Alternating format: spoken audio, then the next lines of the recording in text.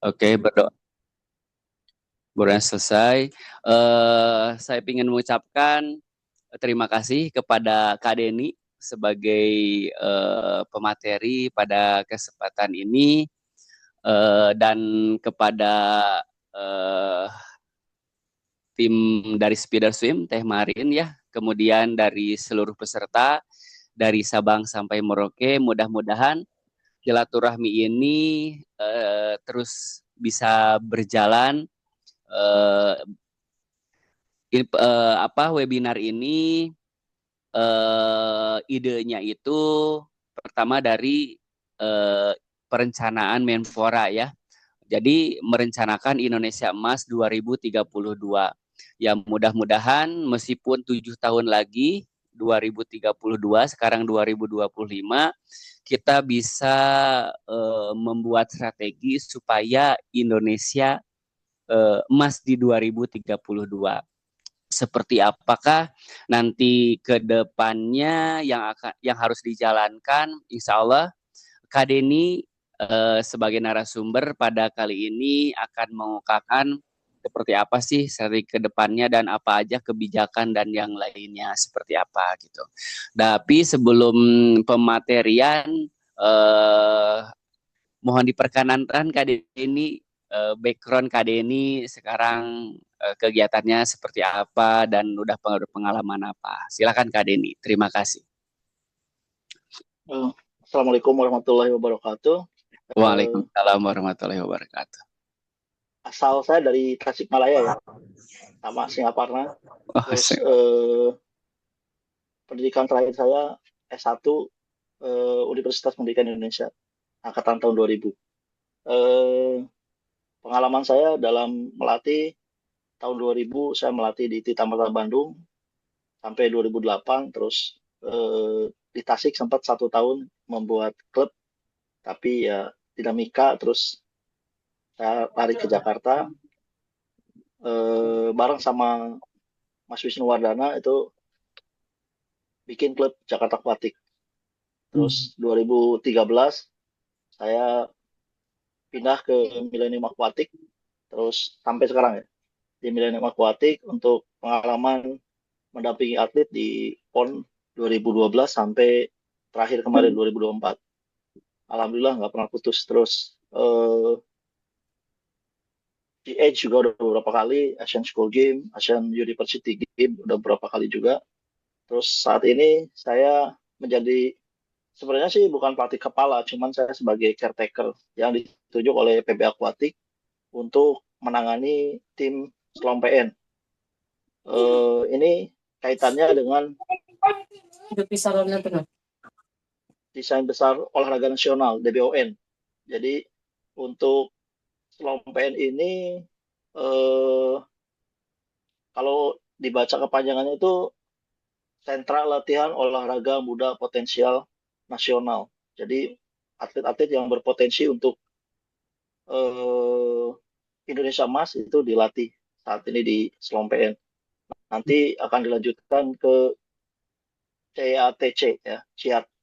CIAT itu Cibubur Youth Athlete Training Center gitu. Nah, untuk Selom PN itu sebenarnya masih buka, nggak tahu ya saat ini buka nggak untuk lowongan pelatih, karena mungkin kalau nanti ada yang berminat jadi pelatih di Selom PN bisa mengajukan, mungkin saya yang nanti yang mundur karena saya sebagai caretaker aja bukan pelatih kepala. Cuman saat ini mungkin karena lihat hasil kemarin di Kejurnas, alhamdulillah ada 2 atlet yang lolos Youth Olympic Game. Walaupun masih limit B tapi itu cukup lumayan berat ya. Youth Olympic Game itu 100 kupu itu 103, 104 kecil atau 103 Ah, gede. Nah, terus untuk 50-nya sama. Jadi kemarin kita ada 2 orang yang lolos. Kebetulan usianya masih sangat muda, umur 14 tahun, 12 tahun. Adik kakak, itu aja sih. Mungkin. Oke, terima kasih Kak Deni. Luar biasa biasa pengalaman di sini ya. Selamat malam semuanya. Oke, Masya Allah. Kak Denny, mengenai apa perencanaan Indonesia untuk menuju Indonesia Emas 2032, apa langkah apa sih yang sebaiknya dilakukan gitu ya, kita atau dari pihak eh, Kemenpora harus seperti apa sih, atau sivitas dari aktivis renang seperti apa Kak Denny? Dari pemerintahan dulu, Eh, mungkin dari government. ya, dari pemerintah itu ada Perpres nomor 86 tahun 2021 tentang desain besar olahraga nasional. Itu kita apa namanya mau menjadikan beberapa atlet atau prestasi terbaik di Olimpiade 2044 sebenarnya.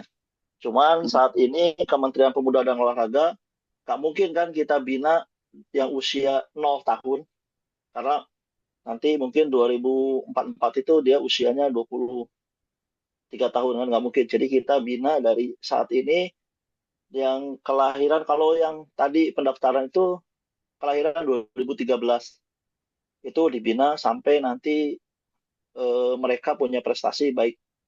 Diharapkan itu bisa jadi Olimpian, bahkan juara di Olimpik di tahun 2032 gitu. Amin amin Ini ya. pemerintah. Terus desain besar olahraga nasional ini itu eh, rencananya induk yang berisi arah kebijakan, pembinaan dan pengembangan olahraga di Indonesia, mencakup olahraga pendidikan, olahraga rekreasi dan olahraga prestasi, dan Hmm. dan industri olahraga itu sendiri gitu. Jadi industri olahraga itu misalkan aparel, terus semua perlengkapan itu dihidupkan. Desainnya itu seperti itu. Astagfirullah, begini masa?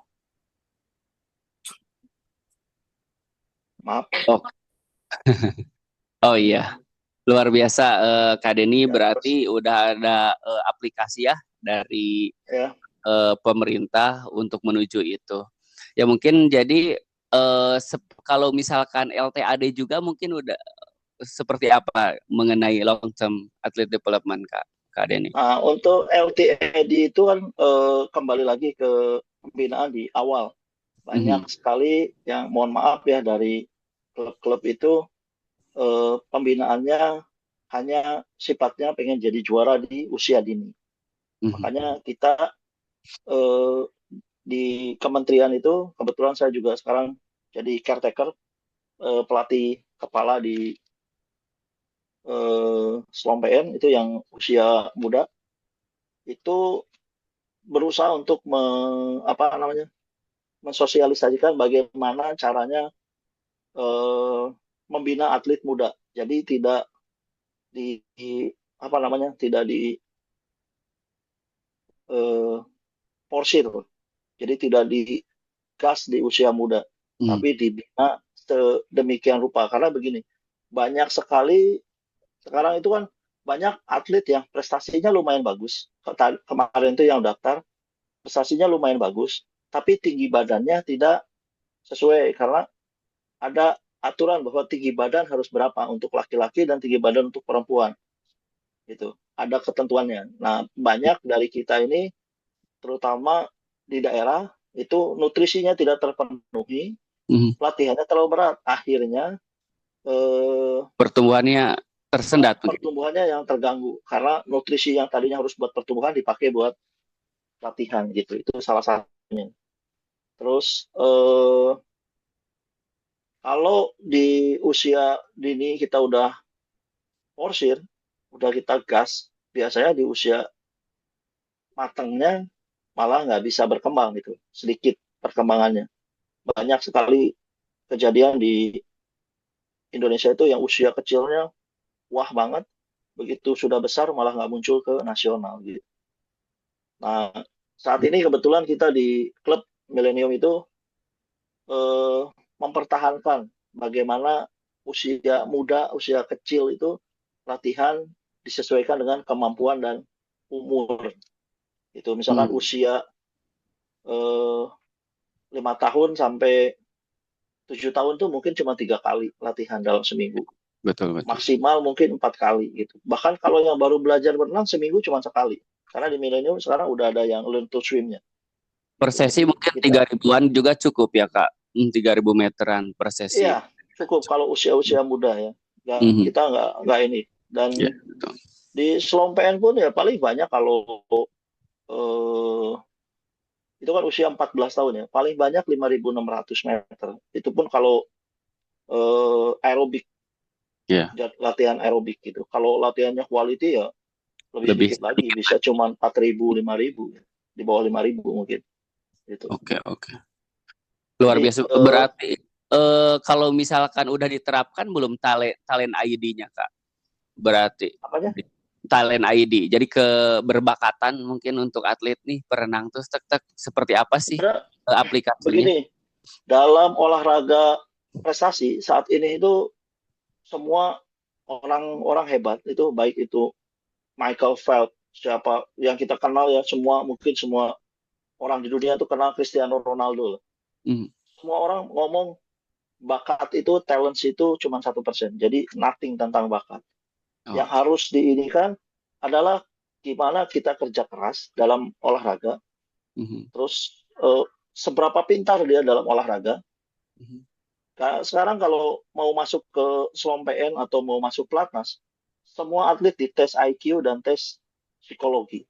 Bagaimana psikologinya? Karena waktu kita kan kadang nemu nemu atlet itu kadang bagus lombanya, terus kadang jelek, nggak bisa stabil gitu. Nah itu kaitannya dengan psikologi. Psikologinya kalau nggak bagus ya seperti itu. Nah yang kita harapkan, kemarin dari Pak Deputi itu bilang, semua atlet ajarkan tentang psikologi dan IQ, karena IQ ini kan bagaimana caranya, bagaimana sih, sepintar apa sih orang itu dalam menerima instruksi dari pelatih. Karena kan kalau instruksinya nggak keterima, Hmm. lambat gitu nerimanya, kita juga setengah mati ngasih tahunya. Hmm. Jadi semakin dia pintar itu semakin jadi, Oke. semakin bagus. Oke, luar biasa. Terima kasih Kak Denny, luar biasa. Kemudian seperti apa sih pengembangan SDM pelatih gitu Kak untuk menuju Indonesia Emas itu harus seperti apa sih tahapannya Kak untuk Eh, menjadikan pelatih yang berkualitas? Pertama yang harus dimiliki oleh pelatih itu, yang Hmm. pertama dedikasi ya. Oh, dari. Dedikasinya harus bagus dulu. Karena kalau kita nggak punya dedikasi, percuma. Kita datang terlambat seperti itu udah tidak mencerminkan bahwa Anda seorang pelatih. Kalau mau lihat semua pelatih top, mereka akan datang lebih awal, ya, terkecuali pemilik klub ya. Tapi kalau eh, pelatih siapapun yang saya tahu ya, kita beberapa kali ikut latihan di luar, seperti kita kemarin ketemu dengan Matt McGee. Nih kebetulan Matt McGee mungkin bulan depan ya ada swim camp di Millennium. Kalau misalkan ada yang berminat, boleh cek di administrasi adminnya Millennium. Itu ada swim camp. Itu kita datang itu biasanya 20 menit sebelum kita mulai latihan selama di Hmm. Australia itu. Kita datang itu, Matt itu pelatihnya itu, dia sudah ada di sana. Jadi bagaimana seorang pelatih itu punya dedikasi. Karena kalau tidak punya dedikasi ya, mohon maaf ya, ini. Terus berikutnya untuk pengembangan dari jadi pelatih itu adalah perbanyak belajar Hmm. dari siapapun, seperti apapun. Walaupun salah nggak apa-apa, belajar. Jadi tahu, oh ini salah, ini benar. Itu yang harus kita apa namanya eh, pelajari. Karena kan kalau kita nggak belajar, ya mohon maaf ya, saya 2013 itu saya mulai masuk jadi pelatih Prima Pratama itu, untuk yang atlet mudanya, yang youth. Jadi dan 2014 saya jadi pelatih kepalanya di yang youth itu. Nah, saya ngerasa ilmu saya udah cukup, saya bilang. Tapi begitu ketemu dengan almarhum Grant Stolwinder, itu ada satu pelatih dari Australia dan dia punya atlet pemegang rekor dunia 200 meter gaya bebas. Begitu kita diskusi tentang bagaimana teknik, bagaimana program, saya tuh merasa tahu nggak kecambah itu, Kecambah. kecambah Ben- dari biji baru meletek gitu, Hmm. baru bisa buka mata gitu. Ketemu dengan pohon yang sudah berbuah gitu, ketemu dengan pelatih top dunia itu kita sampai kaget, wah ternyata kita ini bener-bener gak ada apa-apanya gitu. Kita baru tahu, oh, akhirnya dari situ kita banyak belajar, banyak diskusi dengan pelatih-pelatih. Kebetulan alhamdulillah karena saya udah cukup lama juga saya berada di timnas, saya banyak sekali belajar dengan pelatih-pelatih top. Ya salah satunya David Armandoni yang saat ini melatih di WDS ya. Itu Iya. salah satunya. Jadi kita banyak belajar, banyak diskusi, terus ketemu juga dengan Sergio Lopez, Hmm. tanya makin kebuka lagi. Ternyata kita benar-benar masih di bawah gitu. Jadi lebih banyak sharing dengan pelatih-pelatih top. Ya dengan Ko Albert saya tentulah tiap hari, dengan Ko Felix itu tiap hari sekali. Kita diskusi tentang program. Ya kalau salah ya dia tegur lu salah gini. Ya normal lah, manusia itu salah itu nggak apa-apa. Belajar salah nggak apa-apa. Gitu. Salah satunya itu. Dan untuk pengembangan dari kementerian itu biasanya ada eh, bantuan untuk seminar. Kemarin kita ngobrol ada Hmm. bantuan tapi masih mintanya di wilayah Jakarta untuk penataran pelatihan kategori C. Saya bilang Oh, baru terlaksana, jadi kita nggak bisa buka lagi. Nah iya. kemarin saya coba arahkan ke Bandung, tapi dari pihak Ya. kementeriannya nggak, Jakarta. nih, saat ini masih di Jakarta karena kan alokasi dana yang Eh. apa namanya masih banyak yang diblokir gitu, Hmm. sehingga kebutuhan-kebutuhan untuk olahraga aja ya kita masih dibatasi gitu. Wah, Waktunya itu. mudah-mudahan bisa merata ya, tidak hanya di Ya, Jakarta, di Jogja, di mana gitu iya, ya, seluruh daerah mudah-mudahan biar berkembang ya ya.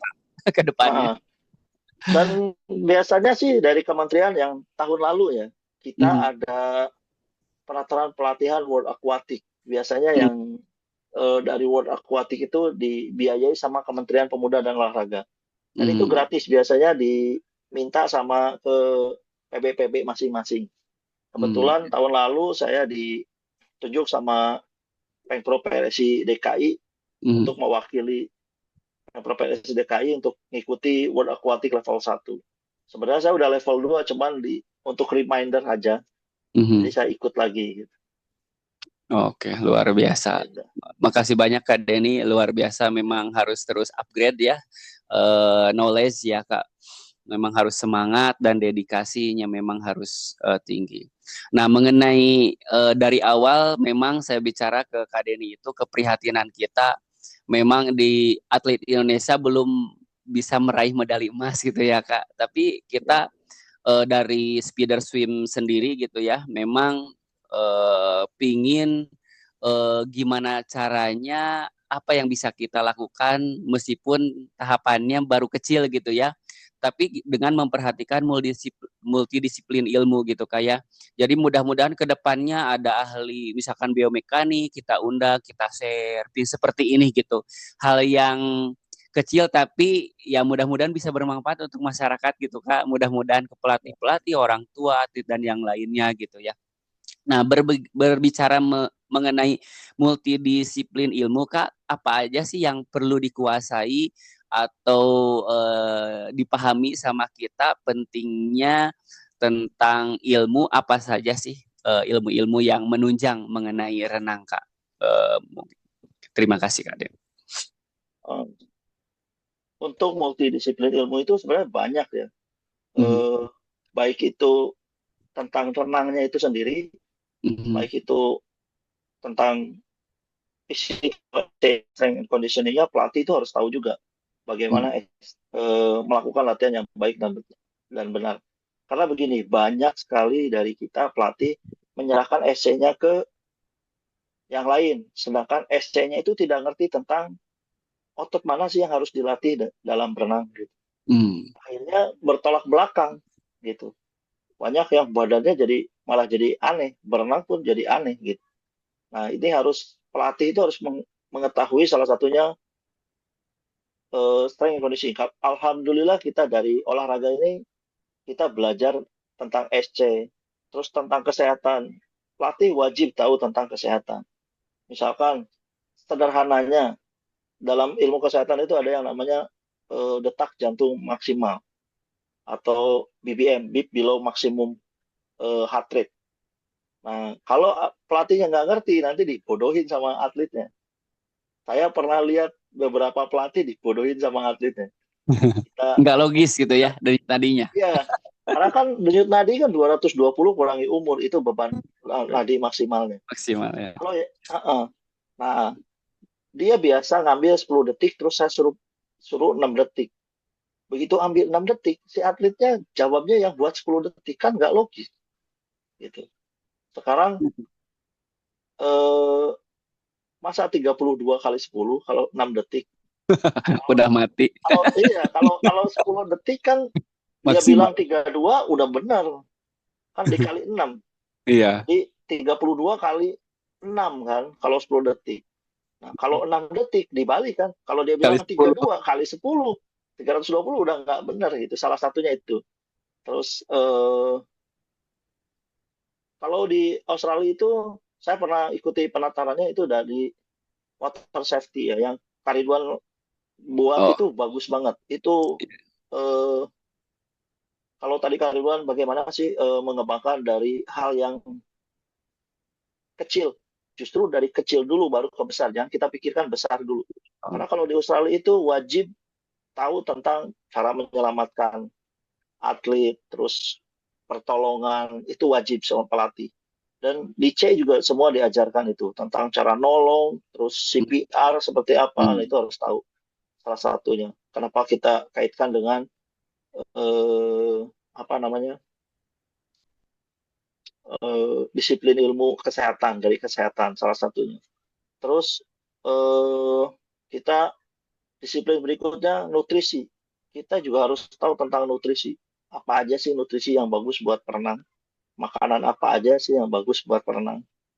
Gitu. Terus ngasih obat apa aja sih vitaminnya? Jangan sampai kita kasih obat ternyata itu doping.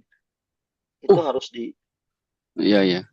diketahui. Karena kan gini, banyak atlet yang overweight kan, terlalu gemuk. Akhirnya kita kasih fat burner kan untuk nurunin berat badan. Ternyata fat burner itu banyak yang mengandung doping itu. Nah, begitu kita pakai itu, dicek sama WADA, selesai atlet kita. Jadi kita harus tahu juga tentang nutrisi, tentang obat-obatan, kita harus tahu. Ya, nggak mesti jadi ahli, tapi kita tahu Iya. hal-hal itu.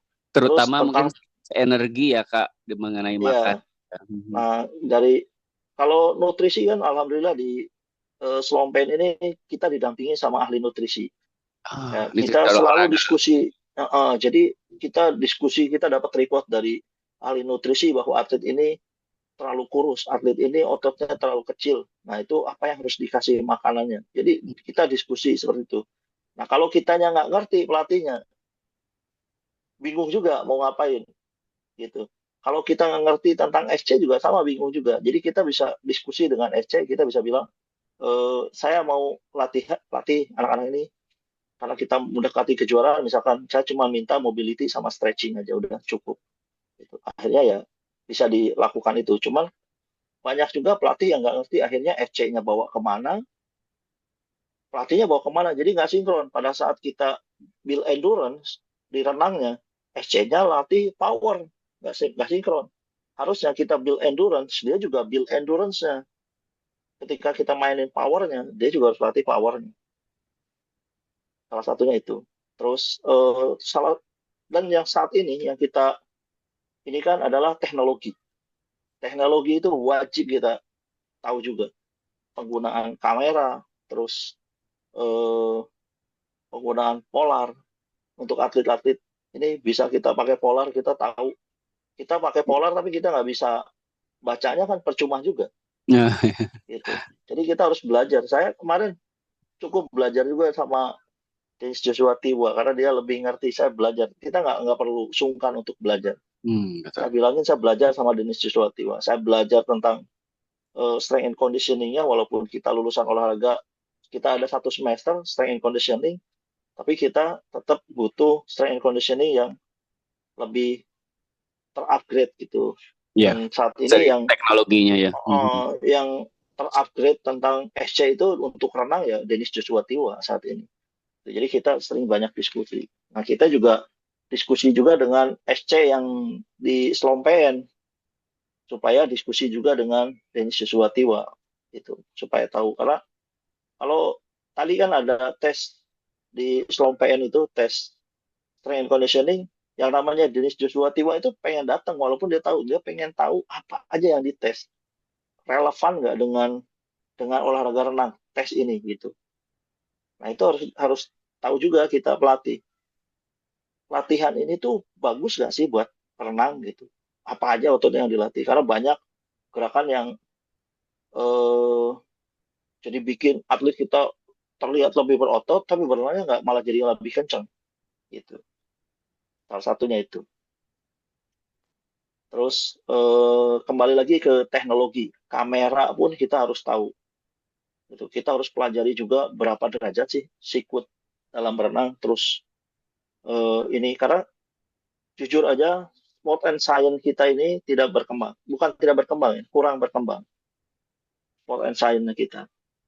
Kalau kemarin kita ketemu dengan yang mengikuti ASKA yang di Jakarta itu yang datang Russell Mark sama siapa pelatih kepalanya tim US itu dari NASA itu meneliti tentang pergerakan dalam berenang dan dia teliti 16 top dunia itu gerakannya sama dan kita baru kebuka bahwa gerakan yang kita lakukan selama ini itu ternyata sudah ketinggalan zaman gitu. Makanya kita ini sebagai pelatih harus mau untuk keluar biaya untuk belajar. Nah, kebetulan saat ini kan kita di Millennium ini ada Kovelik, dia setiap dapat ilmu baru kita langsung buka di panggil seluruh pelatih. Memang kita nggak dapat sertifikatnya, tapi Ilmu. Mhm. ilmunya yang kita dapat. Terupdate ya, betul betul Ya, betul. terupgrade. Makanya saat ini kan Millennium, alhamdulillah posisinya nomor satu di Indonesia. Gitu. Alhamdulillah luar biasa. Untuk disiplin ilmu yang lain mungkin bisa tentang analisis bisa dipelajari gimana menganalisis gerakan yang baik dan benar kita bisa pelajari itu juga. Itu aja sih mungkin tambahannya untuk multidisiplin ilmu ya. Sebenarnya ilmu tuh sangat banyak banget ya. Banyak ya. Psikologi kita harus tahu psikologi atlet. Ketika atlet kita mau lomba ragu gimana cara nanganinnya supaya atlet kita bisa perform itu kan banyak sekali gitu tentang psikologi atlet. Nah kita harus belajar juga psikologinya dan psikologi itu berperan penting ya. Karena bisa jadi kalau psikologinya jelek, hari ini lomba bagus, berikutnya jelek. Bagus, jelek. Pressure dikit, jelek.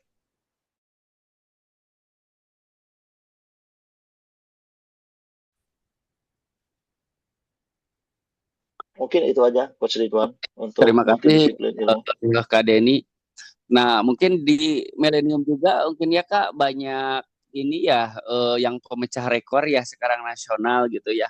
Nah, mungkin berbicara apa namanya itu ya, suasana latihan harus seperti apa sih Kak biar nanti pada saat misalkan mengikuti Olimpiade itu benar-benar gitu terjadi gitu harus seperti apa sih strateginya gitu Kak supaya di tempat latihan itu bisa menunjang gitu dan sama persis seperti itu dengan Oh, baik, terima kasih.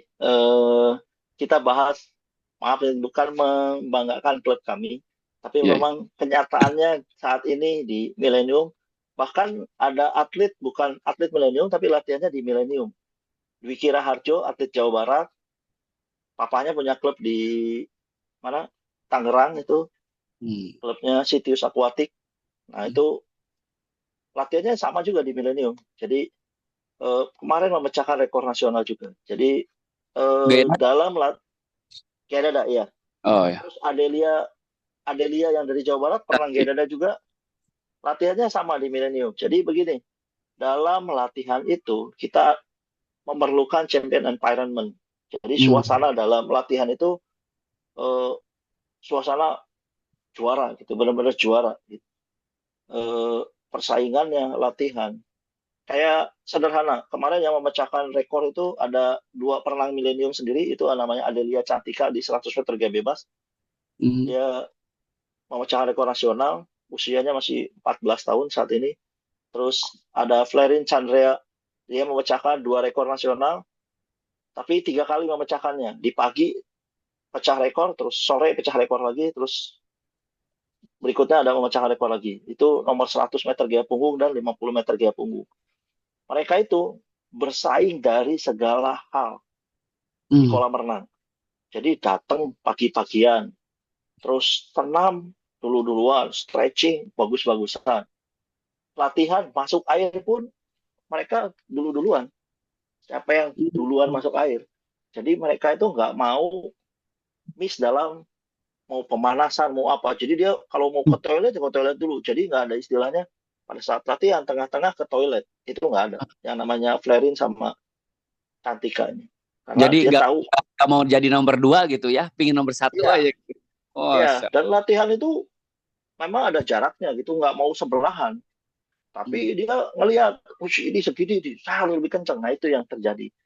Champion environment-nya yang harus dibentuk dalam satu klub itu. Jadi begini, dalam latihan pun itu wajib bersaing. Karena lomba adalah cerminan pada saat dia latihan. Kalau dia latihannya nggak mau bersaing, lomba jangan harap. Banyak Hmm. sekali dari orang tua itu yang berpikir anak saya nggak boleh dibandingkan. Loh, gimana caranya nggak boleh dibandingkan? Sedangkan perlombaan itu kan membandingkan siapa Ah, yang lebih cepat iya. gitu.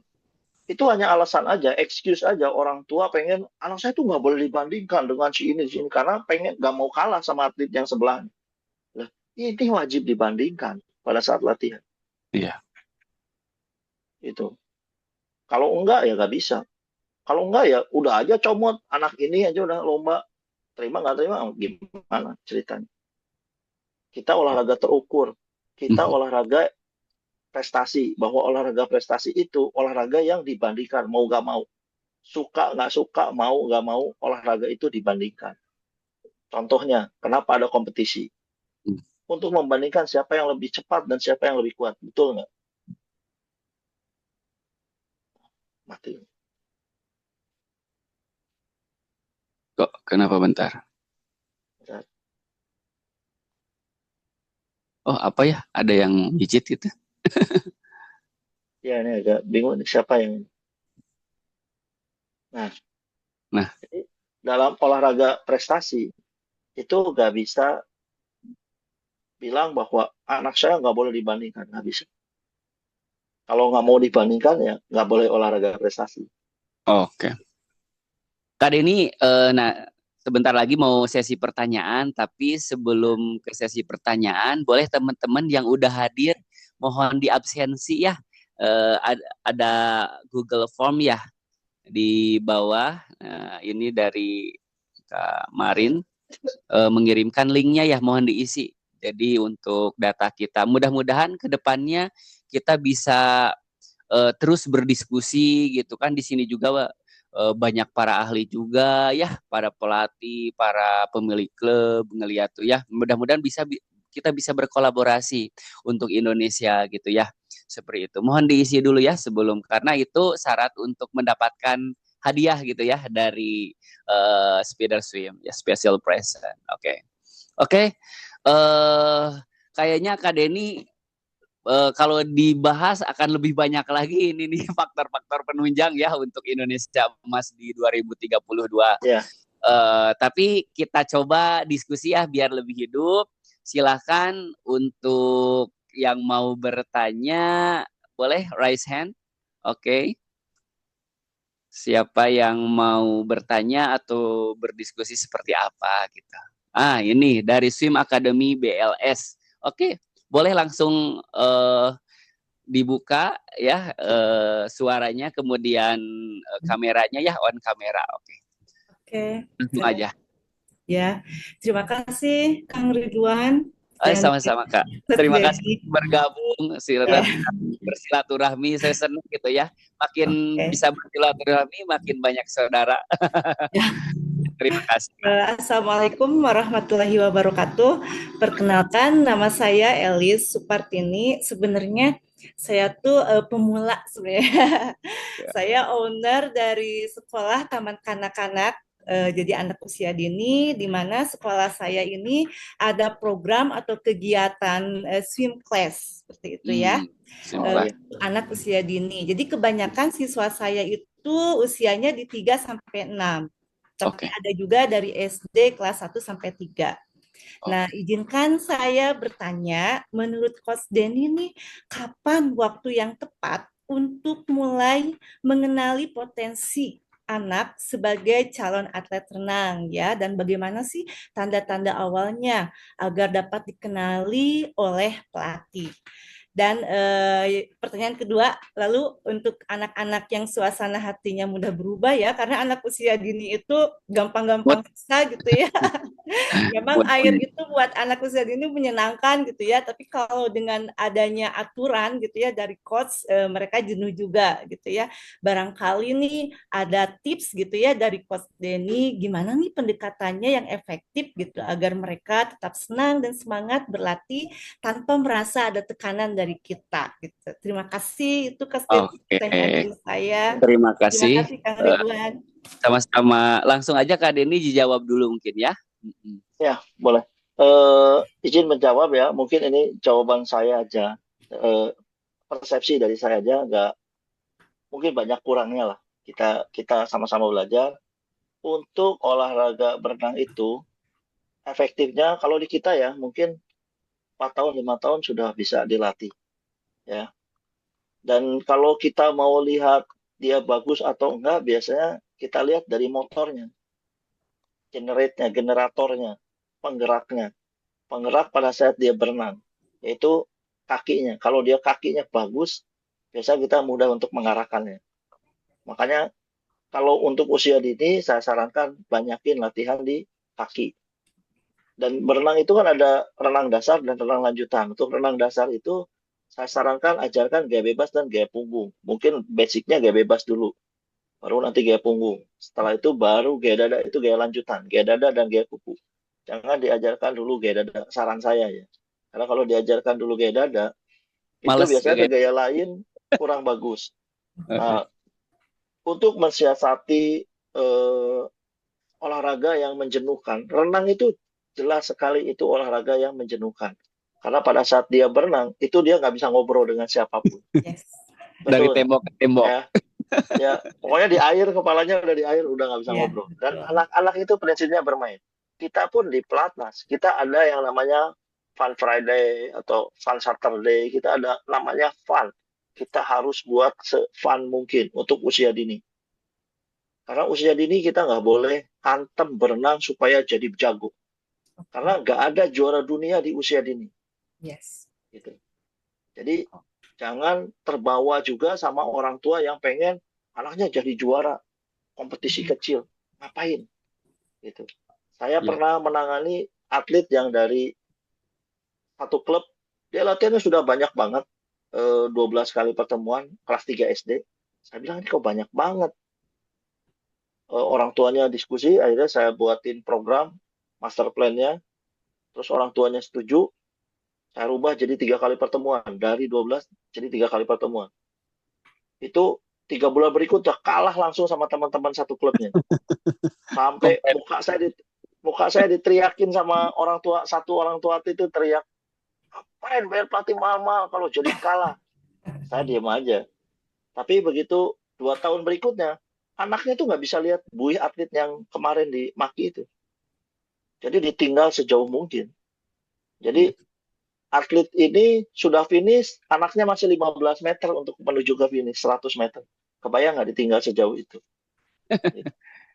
Tapi memang Jadi, sesuai porsinya intinya ya, kita ya paham sesuai sebagai ibu. porsinya. Jadi usia sedini mungkin ngapain juga gitu Betul. di ini. Yang penting dibuat fun aja untuk anak-anak kecil. Ya. Bisa bisa aja bentuk game, dikasih bentuk game misalkan begini, kaki itu. Kaki sambil nyelam, temennya buka kaki kan, ngangkang terus dia masuk ke bawah kakinya nyelam. Kan itu fun juga buat anak-anak Iya, gitu. betul betul. Yang Luar penting itu biasa. bisa dilatih gitu. Gimana caranya melatih tanpa terasa. Karena gini, kita olahraga permainan, itu bisa dilakukan 100%. Makanya namanya olahraga prestasi, itu lebih banyak yang meninggal. Catat. Banyak sekali yang meninggal pada saat kegiatan rekreasi. Kenapa? Karena batas tubuhnya Nggak sudah tidak kelihatan. kuat, Mhm. ya itu ada adrenalin dan keseruan. Akhirnya dia paksa. Akhirnya banyak yang kejadian. Nah itu yang kita takutkan. Olahraga prestasi pun kita harus tahu, rekreasi pun kita harus tahu gimana sih menjalankan rekreasi dengan baik dan benar gitu. Anak-anak supaya tetap senang berenang, tidak ada misalkan jatuh kayak atau amit-amit ya terjadi kecelakaan ya itu jangan sampai. Pokoknya kita buat se-fun mungkin. Misalkan kalau anaknya sudah bisa berenang, ini suruh aja buat buaya dan manusia. Jadi yang depan berenang, yang belakang ngejar. Gimana caranya nangkep? Itu udah pasti sprint maksimum. Nggak mungkin nggak. Ya. Gitu. Dibikin fun Oke. aja. Oke. Iya. Oke. Oke Kak Deni, makasih. Jadi intinya Kak memang usia di bawah 5 tahun itu targetnya itu anak berani dan nyaman di air ya Kak Deni, Ya, kemudian faktornya suasana itu. menyenangkan. Kemudian targetnya bukan bagaimana dia jago gaya bebas, gaya punggung dan yang lainnya, tapi gerakannya itu memang multilateral gitu targetnya Ya, itu. harus Bebas bagus salto dulu. mau guling-guling, mau Iya. nyelam gitu ya istilah seperti itu. Oke, luar biasa. Nanti ada admin langsung chat ya, private Siap, chat. siap. Ya, Dapat makasih hadiah. Kang Tadi Ridwan dan Mas Denny. Makasih iya, banyak. Ya, sama-sama. hadiahnya mungkin nanti seperti apa, ada pelampung, ada pakaian renang, ada surfing dan yang lainnya. Kita memang produksinya alhamdulillah cukup lengkap Kak Deni, ada parasut resisten, tas, topi dan lain-lainnya gitu. Alhamdulillah. Oke, Dan selamat ya. alhamdulillah juga ini mau ngucapin terima kasih juga buat Spider. Kita sudah Ya. disupport Millennium Aquatic sehingga Oh, kita bisa jadi klub terbaik ya dengan parasutnya, dengan bajunya kita disupport. Terus terima kasih Spider. sama Kak Kak Ridwan. Deni, mudah-mudahan bisa bermanfaat. Kemarin juga alhamdulillah dapat kabar gembira, kita support polo air, pelatnas polo air ya yang Ya, perempuan dapat juara 3 di Singapura alhamdulillah. ya, Dan alhamdulillah sih kita nggak bisa memberikan yang besar tapi hal terkecil untuk mensupport sebisa kita ya. gitu Kak. Mudah-mudahan bisa Amin. bermanfaat. Ya. Oke. Kemudian dua penanya lagi mungkin ya. Tapi mohon maaf yang belum, saya mengingatkan lagi yang belum ngisi form pendaftaran mohon diisi ya di kolom chatnya. Oke. Silakan Kak Lia bicara. Silakan. Oke. Kak Lia ada yang raise hand? Silakan. Oke, open kameranya sama dibuka suaranya. Oke. Nah, silakan Kak Lia. Oke, dibuka suaranya. Belum kedengaran Kak, maaf. Suaranya. Oke, Oke, masih belum kedengaran Kak Lia. Itunya, mute-nya dipijit. Tombol di bawah sebelah kiri. Belum Kak Lia. Oke, masih mute ya. Tombol mute-nya di open. Oke. Belum bisa ya. Oke, lanjut ke mohon maaf kita ke Kadias dulu ya. Kadias Rahadiansyah, silakan. Open kamera dan dibuka suaranya. Oke. Open mute. Kadias. Oke, ada Kadias. Oke, boleh dari mana Kadias? Assalamualaikum warahmatullahi wabarakatuh. Waalaikumsalam warahmatullahi Waalaikumsalam. wabarakatuh. Izin semua, selamat malam. Malam Kak. Malam. Perkenalkan, nama saya Dias Radiansyah. Saya asal Jakarta. Sekarang ngebantuin senior-senior aja untuk ngebantuin klubnya. Izin Kak, Oh, di mana Kak Di klubnya? di High Coach. Oke, High Coach ya. Oke, Iya. High silakan Kak Coach. Dias. Kak, jadi izin Kak, gimana kayak caranya untuk mastiin ke parents atau orang tua yang dimana tuh biasanya tuh kalau orang tua tuh maunya anak tuh harus harus jadi cepet gitu. Sedangkan dari motorik anak juga kurang bagus gitu Kak. Jadinya nggak sabar, misalkan baru 2 bulan, 3 bulan orang tua tuh udah nekenin, Kak kok masih masih kayak gitu-gitu aja gayanya. Kayak gitu sih Kak. Soalnya banyak tuh kayak orang tua tuh nggak sabar untuk ya kan kita sebagai pelatih kan pasti maunya atlet atau yang kita latih kan pasti bagus ya Kak ya. Tapi kadang Iya, iya, orang tua iya. tuh eh, neken kita dengan cepat biar anak tuh bisa gaya ini, gaya bebas, gaya dada kayak gitu sih Kak sebenarnya. Terima kasih sebelumnya. Ya, Oke, siap. terima kasih. Silakan Kak Denny. Mungkin eh, izin menjawab, Kak Dias. Banyak sekali itu bukan di klub Anda aja, di klub kami pun sama. Itu jadi bumbu penyedap buat kita pelatih bahwa Challenge semua ya. juga sama ingin atletnya, anaknya terutama jadi bagus. Nah, kita juga harus samakan visi dengan orang tua. Kita harus lihat orang tua itu seperti apa sih maunya gitu. Kita ikuti, tapi jangan melampaui batas gitu. Maksudnya gini, kita porsir akhirnya selesai. Kita jelasin bahwa ini ada, kalau kita menjelaskan dengan baik, yang waktu tadi saya eh, bahas sedikit atlet yang usia 9 tahun udah 12 kali pertemuan, ketika kita jelaskan ke orang tuanya bahwa ini loh programnya harus seperti ini gitu. Kalau mau sampai ke sini, kita jelaskan aja secara sistematis.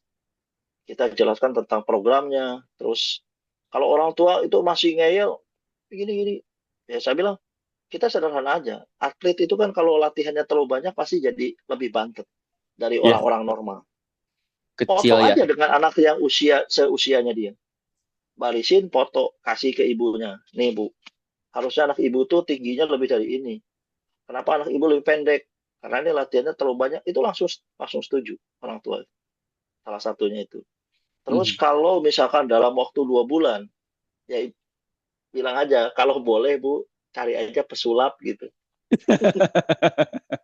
Suruh Karbit disulap ya. supaya cepat. Iya, karena gini, mau pelatih nasional pun kalau anaknya baru belajar berenang dalam waktu 2 bulan nggak bisa. Gitu. Misalkan harus jadi berenang begini, kita butuh proses kok. Berenang itu butuh proses dan prosesnya tidak sesingkat itu. Makanya kan sekarang di Slompen itu DBON itu kan ngadain ada yang namanya Slompen sama CIAT. CIAT itu untuk anak SMA. Slompen itu untuk SD kelas 6 sampai SMP kelas 3.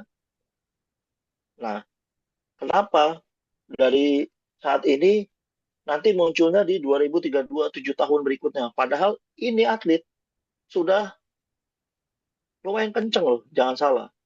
Kayak Baik Aisyah itu dari Jawa Timur.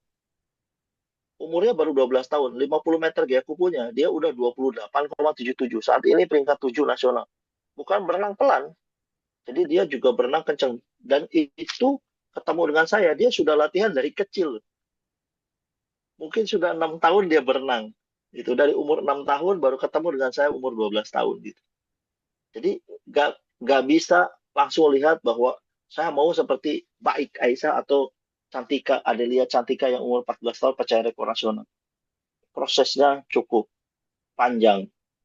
Dan kembali lagi, orang tua harus sejalan dengan kita. Gak boleh orang tua tidak sejalan. Karena begini, kalau orang tuanya sudah tidak setuju, berat kita mau ngelatih. Nggak bisa jalan. Karena orang tua nggak bakal support apapun terhadap atletnya gitu. Dan kita juga harus tahu batasan kita, kemampuan kita. Eh, Kenapa di pelatnas itu ada yang namanya, kalau dulu kan pelatnas muda sama pelatnas eh, pratama, muda, dan eh, utama. Utama ini pelatnas yang olimpian. Pelatihnya beda lagi. Knowledge-nya pasti di atas kita. Gitu. Kita harus legowo, atlet kita harus dilempar ke yang lebih jago itu. Salah satunya untuk ini, apa namanya, untuk eh, kita latih, untuk kita lepas gitu. Salah satunya itu. Jangan kita tahan. Nah, kembali lagi untuk tadi orang tua yang minta gayanya kenapa kok begini-begini aja ya, kita harus jelasin bahwa berenang itu butuh proses yang panjang gitu.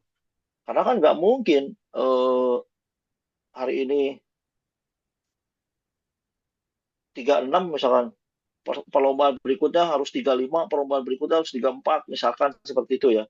Yang paling banyak itu yang diminta kan waktu kan, progresnya gini.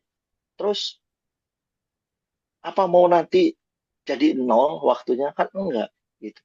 Kadang ada mundur. Cantika pun nggak selalu tiap kali latihan tuh progres. Ada mundurnya gitu. Nah, ini harus apa namanya, harus diberi pengertian kepada orang tua bahwa kita ini nggak bisa ini, dan kita harus jelasin bahwa sasaran utamanya di mana pada saat perlombaan. Jadi jangan pikir orang tua tuh harus best time tuh, ya nggak bisa. Kalau kita bukan sasaran utama, kalau bukan sasaran utama dia best time, ya syukur alhamdulillah. Tapi kalau dia nggak best time, kita harus tahu eh, mundurnya seberapa. Gitu. Kan kita nggak mungkin mundur sebenarnya, karena kan programnya masih berat, taperingnya nggak maksimal, itu juga nggak bakal bagus. Karena ada tapering, ada macam-macam pada saat latihan itu, sampai mau ke persiapan umum, persiapan khusus, sampai nanti di tapering menjelang kejuaraan yang memang kita targetkan sasaran utama. Misalkan di Millennium itu target utamanya di Kejurnas dan Indonesia Open, sama SEA Games, sama Asian Games, sama Olimpik gitu. Nah, itu jadi sasaran utama. Ketika untuk yang umum ya, untuk atlet-atlet yang belum masuk ke pelatnas itu, sasaran utamanya ada di mana sih? Di Kejurnas dan di Indonesia Open. Tapi dari Kejurnas ke Indonesia Open itu masih ada kejuaraan-kejuaraan kan. Itu namanya sasaran antara. Jadi kalau lomba, ya dia bisa best time, ada enggak, dan kita bisa evaluasi program kita. Salah satunya itu. Gitu. Kalau orang tuanya minta gayanya jadi perfect, ya monggo, silahkan cari gitu. Karena kan kita nggak bisa jadiin perfect. Kita aja atlet-atletnya paling cuma satu gaya, dua gaya, tapi kita harus latih semua gaya, karena gaya satu dengan gaya lain itu sangat menunjang. Ya, banyak yang perenang gaya dada, kayak contoh Adelia, perenang gaya dada, nggak mesti dilatih gaya dada terus, harus dilatih gaya lain. Kayak Dwiki Raharjo, dilatih gaya lainnya, gaya dadanya bisa perform. Gitu. Jadi harus dilatih semua gaya, salah satunya itu. Begitu. Oke, terima kasih Kak Denny. Eh, Langsung yang tadi bertanya ya Kak, langsung insya Allah di chat ya sama admin untuk mendapatkan hadiah. Insya Allah mungkin ada waktu sekitar 15 menit lagi ya untuk pertanyaan dan sesi jawab gitu. Kemudian dari dua waktu jam 20.45 sampai jam 9 nanti ada sesi pembagian hadiah. Nanti admin akan memunculkan roda putar gitu ya. Nanti akan diputar siapakah yang mendapatkan hadiahnya. Nama-nama itu yang udah ngisi ke form pendaftaran gitu ya. Ada di link chat gitu ya. Silakan diisi yang belum. Oke, silakan sekarang Kak Esoswin. Barangkali ada yang mau ditanyakan. Oke, yang udah raise hand. dari EsoSwim, silahkan dibuka kameranya sama suaranya. Oke, Kak Eco Swim. Oke, kalau nggak ada, dari Kalia udah bisa Kalia? Kalia bicara, silahkan. Open, open mute. Oke, silahkan. Masih belum kedengaran, Kak? Nah, Ya, udah. ada suaranya ya? Ada. Silakan. Oke, baik begini Pak. Assalamualaikum warahmatullahi wabarakatuh. Saya Lia dari Kalimantan Assalamualaikum. Timur, Balikpapan. Ya, jadi ada 2 poin yang saya ingin tanyakan. Kak, yang pertama, dalam olahraga renang ini biasanya kan orang tua yang paling semangat gitu ya, yang pertama kali menerjunkan anaknya itu orang tuanya. Nah, saat latihan itu si anak ini bisa jadi ada sering mengeluhnya, cengeng gitu ya, baru nggak bisa gitu-gitu. Nah, itu bagaimana cara kita itu untuk memberikan semangat ke dia sementara ini kan orang tuanya yang sangat ingin gitu ya. Eh, itu yang pertama. Yang kedua, jadi saya ini latihan mengajar baru kurang dari 2 tahun. Sejauh ini saya hanya mengajar anak-anak yang ingin olahraga saja gitu. Orang tua yang ingin anaknya olahraga saja, bukan untuk atlet. Nah, namun seiring berjalan ini, dalam waktu 12 hari ke depan akan ada lomba ya di Balikpapan.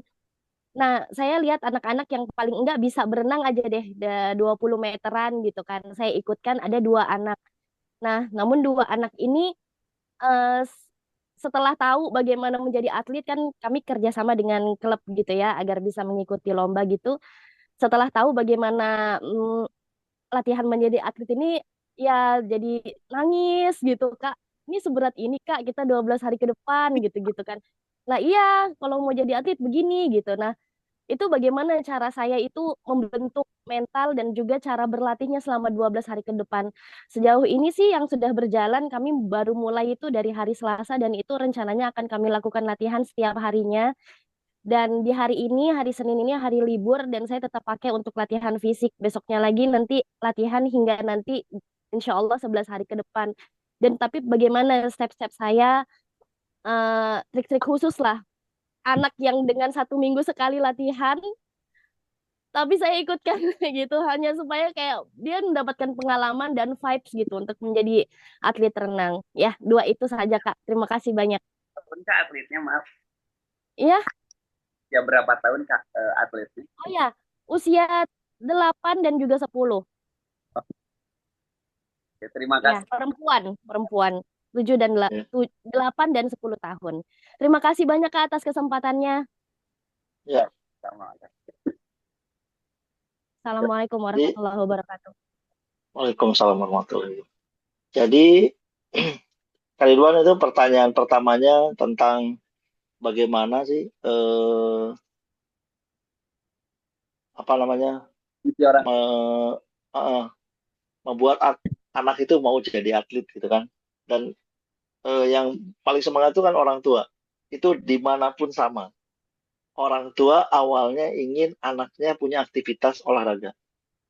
Jadi yang kita harus pahami bahwa semua itu terjadi karena unsur anak supaya ada kegiatan dan tidak berkegiatan di misalkan amit-amit ya hal negatif gitu. Nah, dari kecil biasa orang tua udah menyarankan untuk berenang. Termasuk saya sendiri berenang ya orang tua gara-garanya salah satu kakak saya tenggelam. Akhirnya semua diwajibkan belajar berenang sehingga kita jadi perenang akhirnya gitu. Padahal keluarga saya itu basicnya dari balap sepeda. Papa saya tuh atlet balap sepeda. Kakak saya yang paling besar balap sepeda gitu. Beberapa orang dari kakak saya di balap sepeda gitu. Nah, karena unsur ketidaksengajaan sih sebenarnya. Jadi prinsipnya gini, kita ini ajarkan untuk sehat dulu lah. Nggak perlu mikirin prestasi dulu. Kalau kita langsung arahkan ke prestasi, biasanya anaknya mogok, pasti. Gitu. Karena tidak sesuai dengan kemampuannya. Kayak tadi kan, dari latihan seminggu sekali jadi tiap hari itu ya, mohon maaf ya.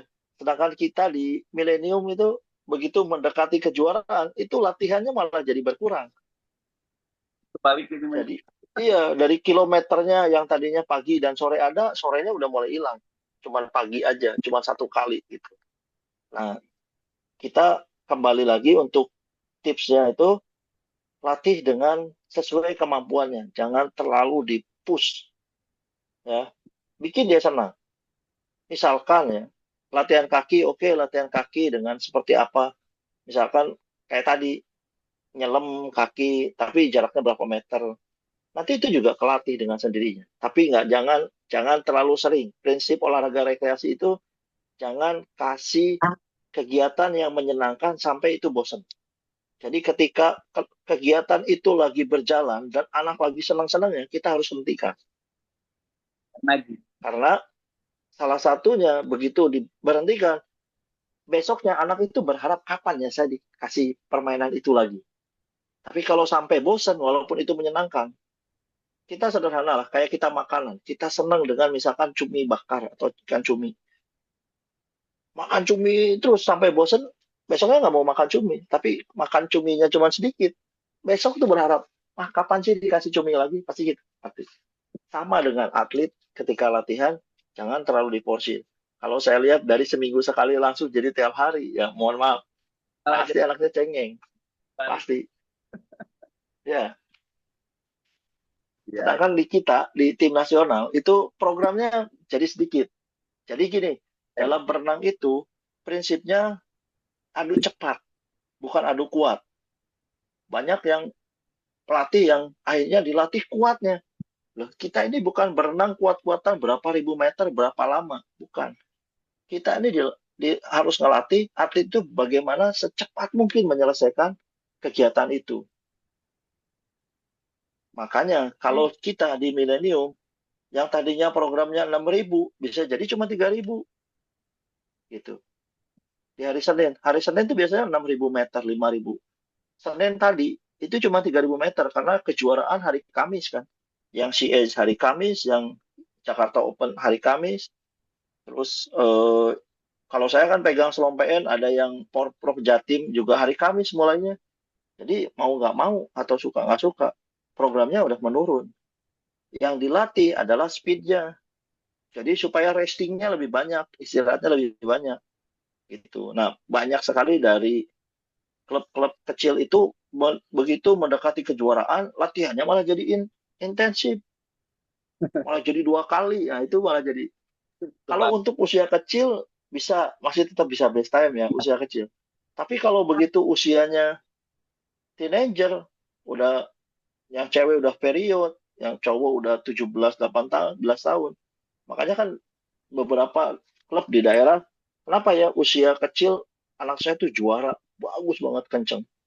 Begitu usia besar karena proses recovery-nya tidak terpenuhi gitu. Nah, yang kita butuhkan itu harus semuanya tahu, makanya multi keilmuan itu wajib. Bagaimana sih restingnya, istirahatnya gimana? Makanya kembali lagi ke nutrisi segala macam. Kalau saran saya, boleh latihannya ditambah mungkin jadi 3 kali, jangan tiap hari 12 hari ini dikebut begini. Karena memang proses recovery juga bagian dari program latihan. Ya. Gitu. Jadi begini, yang kita tahu kan latihan itu hanya berenang. Hati-hati, tidur itu part of the training. Makan itu part of the training. Belajar itu part of the training. Terus main game pun itu part of the training. Gimana caranya atlet itu disiplin dalam mengatur waktunya. Nggak bisa. Jamnya makan, dia main game. Itu nggak bisa. Dia jamnya makan, harus makan. Jamnya main game, harus game. Makanya kan saya di Slompe ini termasuk ketat soal makanan. Jadi setelah latihan, mereka 40 menit window-nya harus sudah makan berat. Kalau misalkan latihannya di Cibubur kan, kita nginepnya di Ragunan itu butuh waktu kan. Jadi anak-anak itu wajib bawa telur dan roti sama susu. Jadi selesai latihan, itu sudah makan itu. Makan sekenyang itu, terus nanti sampai asrama di Ragunan, makan lagi. Dan nggak boleh, karena tadi saya makan kenyang nih, terus nanti aja makannya jam 8 gitu. Karena kan makan sampai jam 8 malam. Dia makan sejam 8. Kalau dia makan sampai jam 8, berarti dia tidur jam 9 itu udah nggak nyenyak. Saya lebih senang dia sampai itu jam 5, mandi, bersih-bersih semua, jam 6 sholat, yang muslim, yang non-muslim mungkin santai. Selesai sholat maghrib, semua ke tempat makan. Karena makan harus bareng. Makan, balik lagi ke kamar, belajar, nanti jam 9 ada kelas belajar, jam 8 sampai jam 9 malam. Selesai kelas belajar, tidur mereka. Dan dalam waktu 3 bulan, itu progresnya cukup lumayan.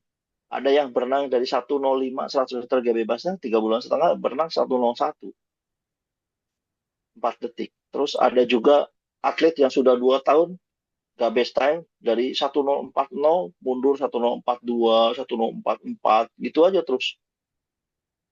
Latih langsung 103, kecil. Dan dia harusnya possibility-nya itu 102, bukan 103 kecil. Karena masih bawa strateginya dia. Pelatih juga harus tahu strategi dalam berenang. Gak boleh asal berenang. Karena banyak kan atlet itu yang berangkatnya pakai Mercy, pulangnya pakai beca, didorong itu, Mbak. Gak kuat gitu. Nah, itu harus tahu strateginya. Gimana cara berenang 50 pertamanya, 50 kedua. Nah, menjelang kejuaraan itu harus dilatih untuk muscle memorinya. Jadi dia nggak bisa berangkatnya ngebut, pulangnya nggak kuat. Itu nggak boleh. Itu. Oke. Makasih Kak Denny. Ini berapa detik lagi ya memasuki waktu door prize? Door prize-nya itu cukup lumayan agak banyak, jadi memang perlu waktu ya. Di sini alhamdulillah makasih udah raise hand ya untuk yang udah mau bertanya. Mudah-mudahan dapat door prize. Door prize-nya itu ada 5 peserta ya untuk mendapatkan tas root dari Speeder Swim ya. Kemudian ada 5 peserta mendapatkan pelampung renang. Kemudian 10 peserta dapat parasut resisten Kak Denny. Nah, ini untuk pelampung renang itu kan ada pegangan, itu ini cocok banget untuk pemula nih, untuk latihan 4 gaya terutama drill kaki ya. Kemudian ada tas root. Jadi ketika memasukin tas jala ini ya, ini jadi airnya akan menetes sendiri. Jadi ini didesain khusus untuk perenang gitu. Nah, saya pingin di waktu sebelum memasuki door prize ya, nanti berarti ada 20 peserta yang akan mendapatkan hadiah. Seperti apa sih kegunaan dari parasut resisten? Kak Denny boleh dijelaskan, spill sedikit sih, kenapa bisa Millennium banyak pecah rekor gitu ya dengan parasut resisten. Oke. Terima kasih Kak Denny. Parasut resisten ini untuk latihan lebih cenderung ke power dan speed ya. Jadi nggak bisa untuk parasut resisten ini dipakai untuk jarak jauh. Jadi pendek-pendek saja gitu untuk resisten. Karena berat. Resisten ini cukup membantu atlet untuk meningkatkan speed dan powernya. Kalau misalkan kita nih atlet Millennium yang gede-gede pun itu pakainya yang itu kan ada 3 ukuran ya Kak Ridwan. Ya 3 ukuran nih kan. Nah, itu terkecuali yang laki ya mungkin pakai yang hitam. Kalau yang atlet pelatnas yang cewek ya pakainya kalau nggak orange ya yang merah, menengah ya, yang pink. gitu. Ya, yang menengah atau yang kecil. Karena begini, jangan berpikir atlet itu dibebani dengan beban yang berat. Iya. Yang penting sesuai. Jadi pakai sesuaikan dengan kemampuan atletnya. Ya. Gitu. Kalau misalnya dia belum kuat dengan berenang pakai kosongan gitu, dia harus bantu pakai fins atau pedal. Di pelatnas pun sama. Kadang pakai pedal, kadang pakai fin, kadang kosongan. Itu kaki dilatih sama. Kalau harus pakai parasut juga. Sama aja. Pulling kalau pakai parasut juga. Jadi semua itu bisa dipakai. Nah, alhamdulillah semenjak kita dibantu sama Kak Ridwan menggunakan parasut ya, alhamdulillah di Millennium itu cukup banyak ya Kak Ridwan, sudah nggak tahu mungkin ada 40 biji dari Kak Ridwan ngumpul di situ. Ya. Alhamdulillah. Jadi kita bisa pakai semua atlet. Jadi, anak kecil pun kita pakai, tapi yang usia KU3 ya. KU4-nya kita jarang sekali pakai, terkecuali kalau berenangnya cuma 20 meter pakai parasut gitu, itu boleh. Pakai fins pedal. Kalau nggak pakai ya mereka cuma berenang biasa aja. Oke. Kita Terima sesuaikan aja. Terima kasih Kak Denny. Ini ya banyak yang mengucapkan terima kasih ke Kak Denny dari Kak Putra, Kalia dan yang lainnya gitu ya, atas pematerian. Jangan lupa sebelum ada waktu untuk memutar roda putar nama-nama teman-teman, isi link dulu ya, link pendaftaran ya, untuk ngisi data gitu ya. Mudah-mudahan ini bisa mendapatkan hadiah dari kami gitu ya, dari Spirosim. Jadi memang parasut ini diciptakan kami itu atas dasar keprihatinan karena di brand luar itu produksi parasutnya cuma satu ukuran gitu, nggak bisa di setel-setel. Itu yang memberatkan biasanya Maya untuk atlet, untuk pelatih mendapatkan itu. Tapi kita mendesain supaya bisa beberapa ukuran, tinggal ganti aja sesuai kebutuhan gitu ya, seperti itu. Oke. Oke, terima kasih Kak Denny. Teh Marin, boleh dibantu untuk hadiahnya langsung diputar atau seperti apa, gimana? Halo, Teh Marin. Bentar ya, kita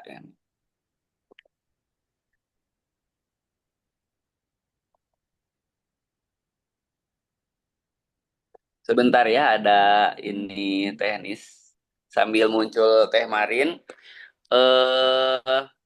Masya Allah banyak yang ini, mudah-mudahan bisa lanjut.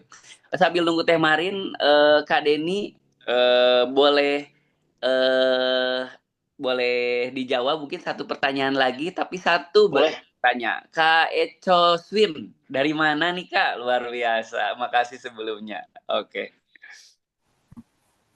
silahkan Kak. Ya, di open mute. Mhm.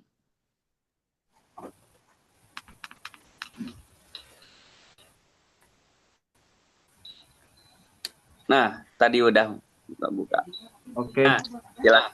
Oke, selamat malam semuanya. Terima kasih Kak Ridwan, Kak Denny. Sama-sama, kasih Kak. Saya hanya guru pengajar di tingkat level TK. Oke. Nah, dalam hal ini kan sekali saya juga ikut di dalam dunia prestasi gitu kan. Untuk tingkat ukuran besar otot yang dinyatakan tadi sama Kak Denny itu kalau anak ini terlalu kecil atau terlalu besar gitu kan. Mungkin ada standar narasumber yang bisa dijadikan sebagai acuan kami. Itu aja. Kemudian apakah ada bentuk olahraga yang bisa dikolaborasikan dengan olahraga renang yang menyatakan bahwa renang itu menjenuhkan gitu kan? Karena saya dengar tadi hanya bentuk olahraga permainan untuk anak-anak yang usia dini ya. Kalau untuk yang prestasi mungkin bisa lebih spesifik olahraga yang bisa dikolaborasikan gitu kan. Apakah dia bisa cocok dengan olahraga apa gitu yang tepat. Terima kasih, itu aja pertanyaan dari saya. Oke, terima kasih Kak. Nanti admin akan chat langsung ya Kak. Oke. Silakan Kak Denny, boleh langsung dijawab ya. Terima kasih. Oke. Jadi sebenarnya itu kakak saya tuh. Kakak saya. Dia dulu ya? renang juga. Ya, dia di Jakarta. Saat ini ngajar di sekolah. Dulu sempat ngelatih di Jakarta Aquatic juga. Ya, untuk olahraga prestasi itu banyak sekali olahraga yang bisa dikolaborasikan. Misalkan olahraga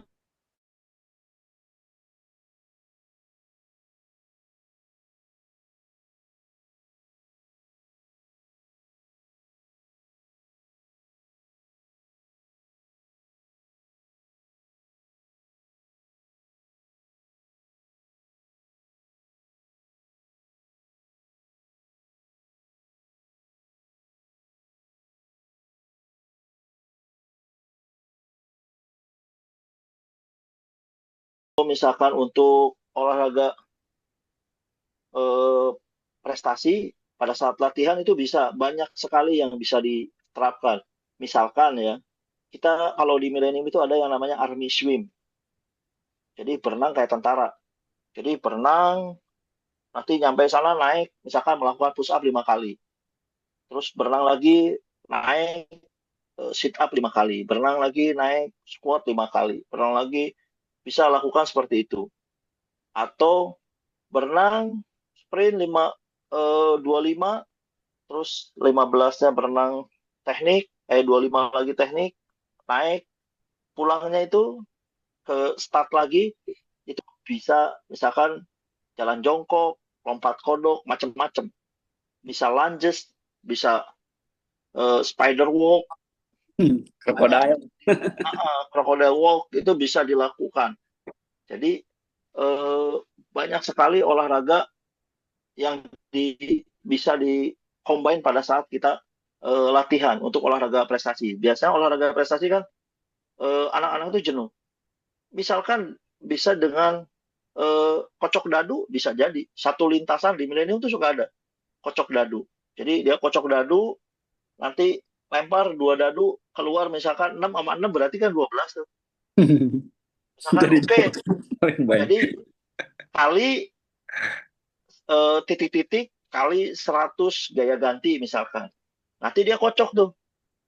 Kalau dia dapatnya 12 berarti 12 kali 100 gaya ganti satu lintasan. Lintasan sebelahnya bisa jadi cuma 2 kali karena 1 sama 1 atau 2 sama 3 gitu. Nah itu jadi bahan seru-seruan aja. Yang ini banyak ini itu. Habis itu ada lagi misalkan dengan kartu bisa.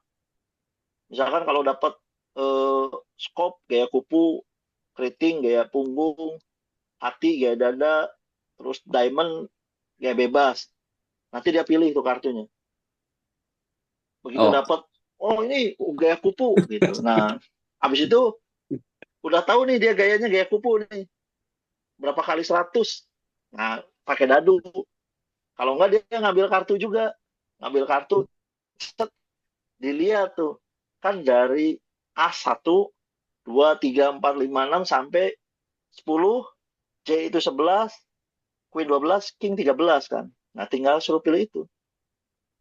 Ngambil ini, wah, sialan nih King ya. Berarti 13 kali 100. Udah gitu gaya ya. Itu salah satu. Dan itu bikin anak-anak seru gitu. Wah, saling ngejek. Jadi fair gitu. play ya, tapi ya sportif ya. Iya, sportif. Jadi dia bisa dengan dadu, macam-macam. Bisa army swim. Bisa juga kita bawa berenang ke laut. Kalau kita milenium suka kadang bawa ke laut. Berenang di laut. Suruh berenang aja di laut. Iya. Tapi kita juga harus tahu wilayah yang kita pakai berenang itu aman nggak gitu. Kita harus tahu dulu. Karena jujur saya hampir takut setelahnya ya. Ketika bilang di situ ada buayanya, saya takut juga. Aduh, gimana kalau dicaplok gitu. Ya, jadi kita harus tahu juga kalau mau kita bawa ke luar dari kolam renang gitu. Betul, saya juga sama ketika berenang di laut ada apa itu lihat udah hijau gitu udah balik lagi. Ya, dan di berenang itu kan banyak sebenarnya keseruan di berenang. Bisa jadi kan kita gabungkan dry land dengan berenang. Gitu. Bisa jadi. Kan sederhana, kita mau latih kaki. Kaki ini latihan yang paling menjenuhkan kan, paling menyakitkan buat atlet. Kita bisa pakai vertical kicking. Jadi dia vertical kicking, tangannya di sini, kaki gaya bebas, 30 detik, ini 15 detik streamline dia, 15 detik streamline ini itu kan berat. Karena dalam kan menahan dan harus keluar terus. Setelah itu dia baru istirahat. Total 1 menit 30 detik. Habis itu jalanin lagi 40 detik, 30 detik, 15 detik, atau 40 detik, 20 detik kalau udah kuat. Gitu. Baik itu kaki bebas, kaki kupu, kaki dada. Karena kan kaki punggung sama dengan kaki bebas gerakannya. Gitu. Vertical kicking bisa jadi kita mau latih underwaternya, kita nggak perlu push dari tembok underwater, nggak. Kita suruh vertical kicking dulu, setelah itu nyelup ke bawah, kedalaman 3 meter, touch bottom, terus loncat, tendang, dolphin kick sekencang mungkin keluar dan harus tahan di permukaan air, tahan sedikit, terus masuk lagi, nyelup, balik lagi gitu, lakukan 5 atau 10 kali. Sama aja itu buat latihan eh, underwater. Yang buat seru-seruan aja gitu. Seru tapi dia melakukannya maksimal gitu. Mungkin kalau masih kurang jelas boleh tanya lagi. Iya, Oke, langsung. terima kasih Kak Denny, Kak Ridwan. Oke, sama-sama terima kasih bisa silaturahmi nih jadi tahu. Oke. Oke, kayaknya biar lebih asik satu satu orang lagi nih, Kak Hamim nih. Boleh bertanya, Kak. Ini yang tadi bertanya langsung dapat hadiah ya di luar dari nanti ada door prize dari kami. Jadi kemudian sebelum Kak Hamim bertanya, ini ada yang nanya di mana sih pesan parasut. Nah, bisa langsung hubungi admin yang tadi mengundang webinar ya, mau pesan parasut, kemudian custom pelampung, itu banyak klub-klub atau sekolah renang yang seluruh Indonesia custom ke kita. Karena dengan kualitas bahan dan Mungkin sablon baju renang yang juga, luar Kak biasa. Ridwan. Gimana, Kak? Baju renang juga. Mungkin baju renang juga bisa Ya, custom. baju renang juga bisa. Kemarin juga ya ada model one piece, jammer dan yang lain-lainnya. Malah Denjaka juga pakai kit sama kita ya jammernya ya. Ya, ya. Kopassus Terima kasih sudah pasukan khusus. pasukan untuk pasukan khusus di Angkatan Laut. Iya, makasih sama-sama. Banyak yang mesen mau karpet bayi gitu ya, kemudian WJB, water jogging bell untuk hidroterapi. Insya Allah ke depannya nih mudah-mudahan bulan depan ini kita bisa launching pelampung neck untuk hidroterapi gitu ya. Jadi kita terus improvisasi, kemudian menciptakan alat-alat yang nggak ada di lokal kita ciptakan. Jadi adanya biasanya di luar negeri kita ciptakan seperti bumerang float. Sekarang ada smile float. Jadi bisa dipakai untuk hidroaerobik seperti itu banyak. Banyak lagi yang bisa custom, ada tas, ada swimming cap dan yang lain-lainnya. Oke, langsung Kak Hamim silakan bertanya dari mana Kak Hamim silakan. Terakhir ya mungkin ya. Ya, terima kasih Coach Ridwan dan Coach Denny. Ya. Saya dari Avatar Aquatic Jakarta. Kebetulan klub kami masih merintis gitu. Yang saya pengen tanyakan Coach ke Coach Denny gitu, ada orang tua nanya ke saya gitu, dia ada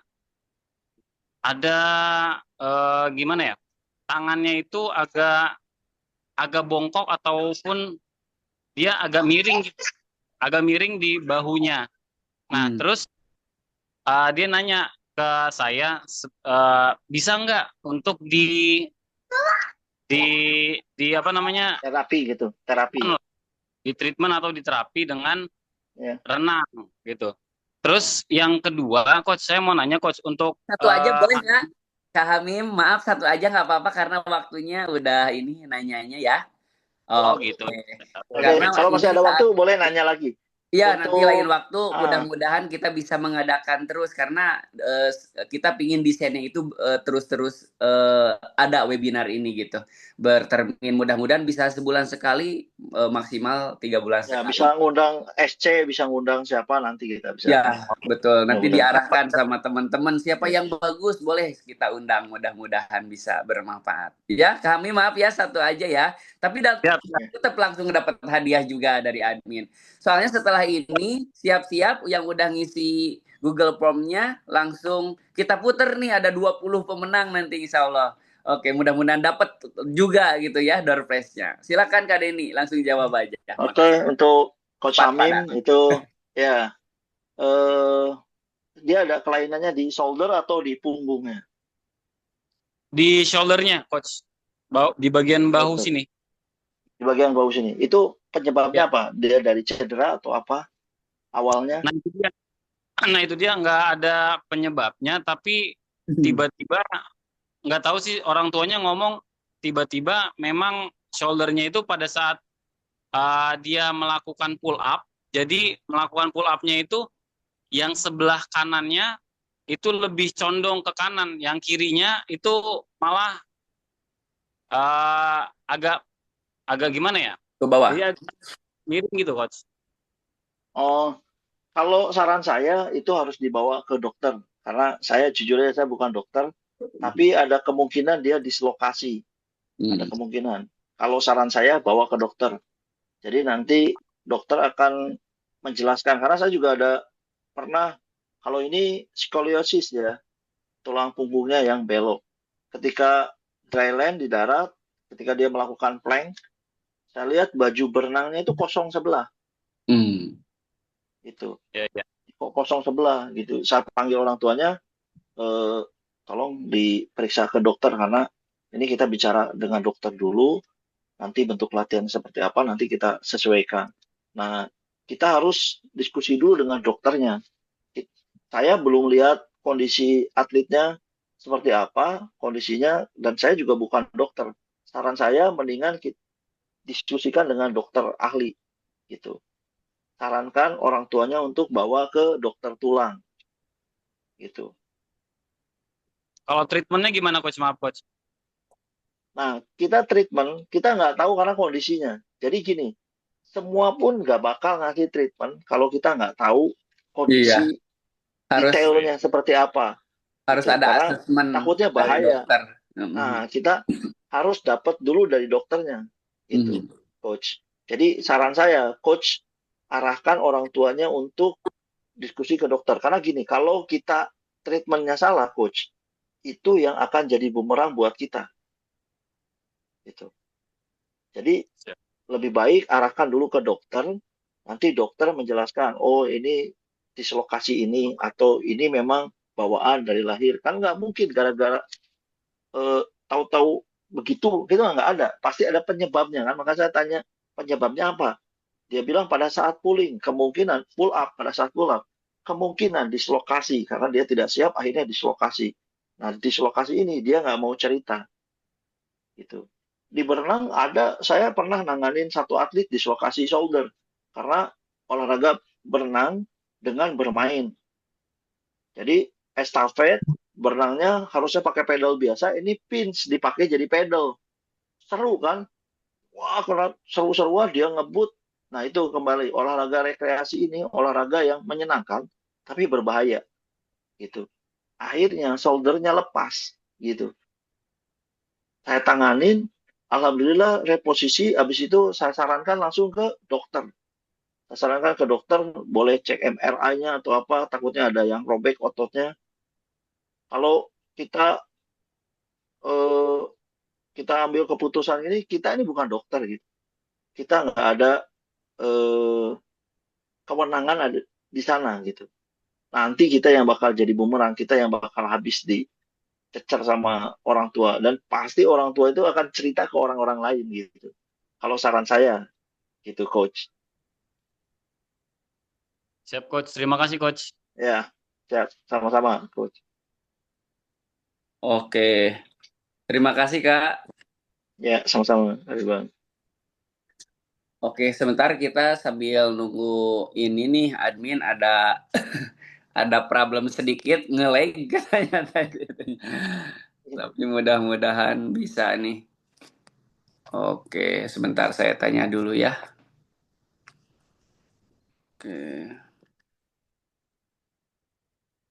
Oke, barangkali ada yang mau apa namanya itu tanya-tanya mengenai produk Spider boleh. Nah, tadi yang ini bisa kita arahkan ke ada websitenya juga spiderswim.com, kemudian di marketplace juga ya. Marketplace juga ada mau Shopee mau yang lainnya juga. Nanti langsung tanya ke admin aja ya. Oke. Silakan barangkali ada yang mau tanya-tanya tentang produk Spider. Boleh di open kamera sama ini. Langsung dapat hadiah nih. Sambil nunggu saya nunggu ini perputaran door prize.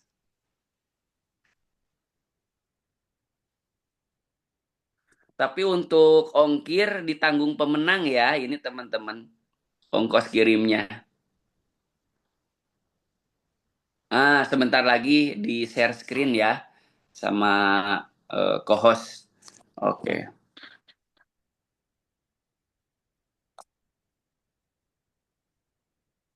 Oke, boleh Pak Rino atau Teh Marin, silahkan screen share.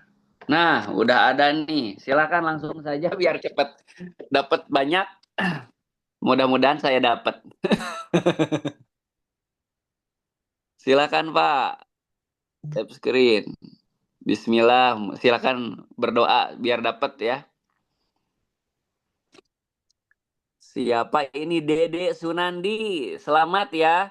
Langsung nanti dihubungi ya. Kemudian lanjut yang kedua.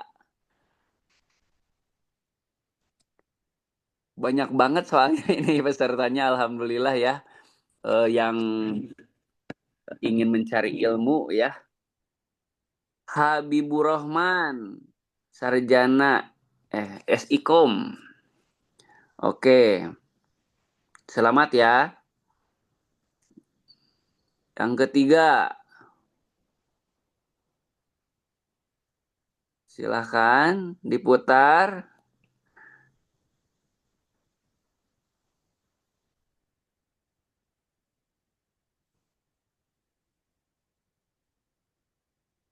Oke, siapa lagi?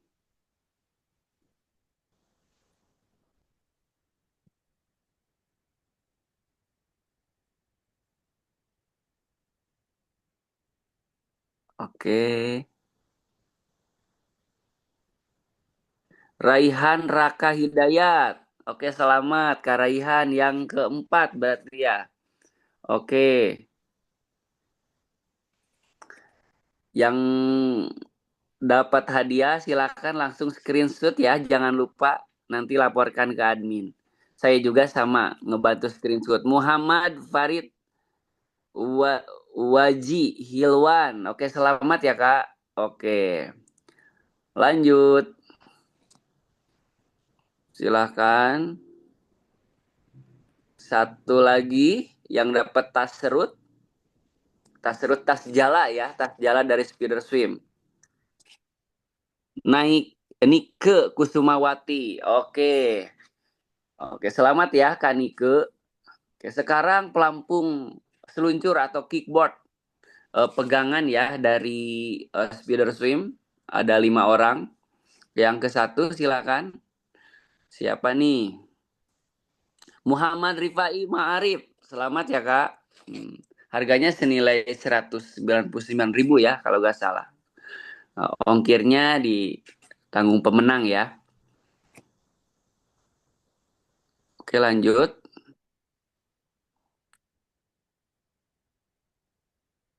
Kak Ari. Oke, selamat ya Kak Ari. Yang kedua, yang ketiga dapat kickboard. Yang ketiga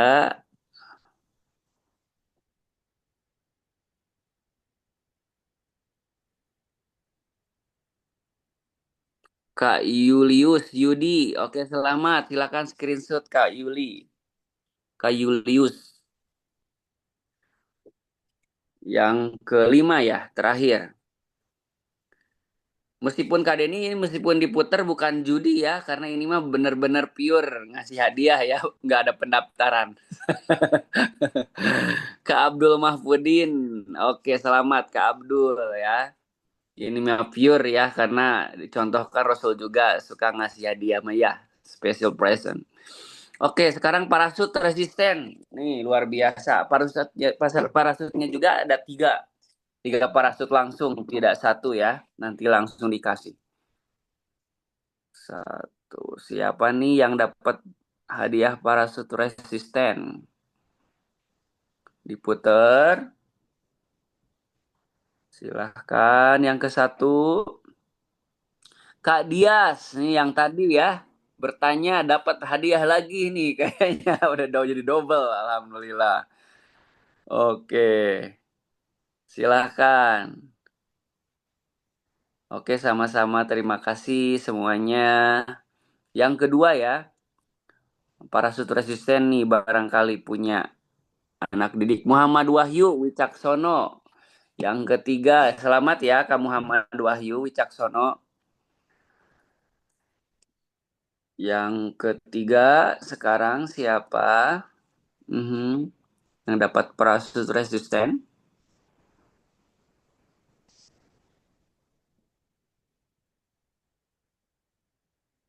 Kak Rahmat Nur Raihan. Oke, selamat. Kak Rahmat Nur Raihan. Yang keempat. Oke. Oke. Silahkan siapa yang beruntung? Kak Bambang Trihadi. Oke, silahkan screenshot ya. Kirim ke admin ya. Silahkan nanti dikirim. Oke, selamat. Yang kelima. 6 lagi ya. Six, six people again. Six people. Kak Sita. Oke. Selamat ya Kak Sita. 5 lagi nih. Kayaknya mudah-mudahan webinar selanjutnya mah lebih banyak lagi. Biar dari awal kita gini dapat tadi. Kus Denny mau dong spill medsosnya. Kak Denny, medsosnya apa? Instagramnya Kak Denny. Kak Muhammad Mukti. Oke, boleh di chat ya Kak Denny. Oke.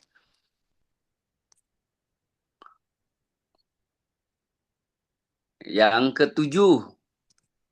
Denny Wae Instagramnya. Dina Wardani. Denny Wae WAE. Ridwan Asyari. Oke, yang tadi muncul ya, sempat muncul kameranya. Oke, selamat. Tuh, siap makasih katanya. Dari Swim Academy yang tadi ya, BLS. Jangan lupa follow ya Kak Denny. Oke, Kak Guntur Ageng. Selamat Kak Guntur Ageng. Oke, 2 lagi ya. Oke, siapa yang beruntung? Boleh ditulis IG-nya. Oke, Kak Denny. Mawadah Widiasari. Oke, selamat. 1 lagi ya. One more. The last one. Who is the winner?